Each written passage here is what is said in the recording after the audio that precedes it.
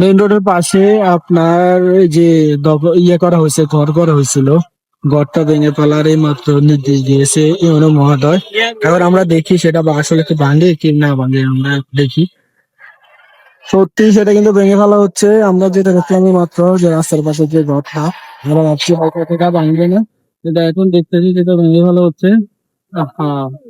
হ্যাঁ, গাড়ি একটা না আছে তো ভিতরে, ভিতরে একটা গাড়ি সহ। আচ্ছা, পাশে এটা হচ্ছে ইয়ে আছি, অবৈধ রাস্তার পাশে যে দর করা হয়েছে, রাস্তার পাটের যে দরটা সেটা নিয়ে সম্পূর্ণ ভেঙে ফেলা হচ্ছে আমরা দেখতেছি।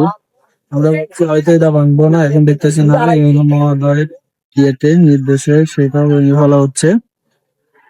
পুরোপুরি দেখে আপনাদেরকে ভিডিও করার যে নিয়ম নাই, ফোন নিয়ে যাকে, এই জন্য আমি দূর থেকে চুরি করে ভিডিও করতেছি।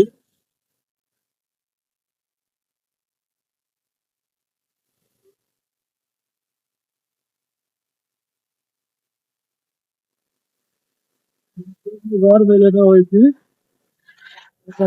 সম্পূর্ণ ঘর ফেলে ফেলা দেওয়া হয়েছে। আমরা কিন্তু সেই সোনাইমুড়ি চৌরাস্তা থেকে সমলি চৌরাস্তা পর্যন্ত যত এই মাঝখানে যে অবৈধ যত ঘর ফার যত গাড়ি আছে সবগুলো আমরা দেখছি। একটু আগে গাড়ি পর্যন্ত রাস্তার ফলে ফেলে দেওয়া হয়েছে।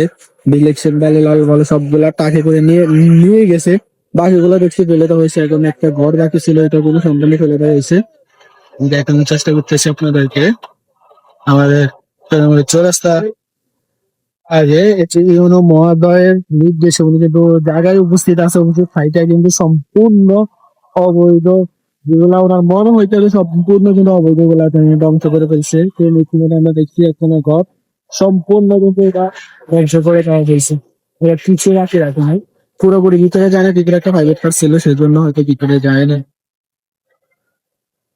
বাকি যে টাকাটা আছে সেটাও কিন্তু ফেলে দেওয়া হয়েছে।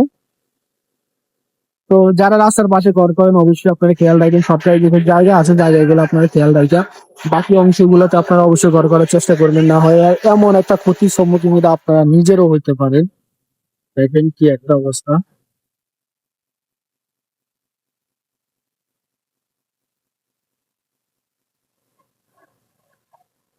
সামনে আরো কয়টা ঘর আছে, আমরা দেখবো ওই ঘরগুলো ভাঙে কিনা।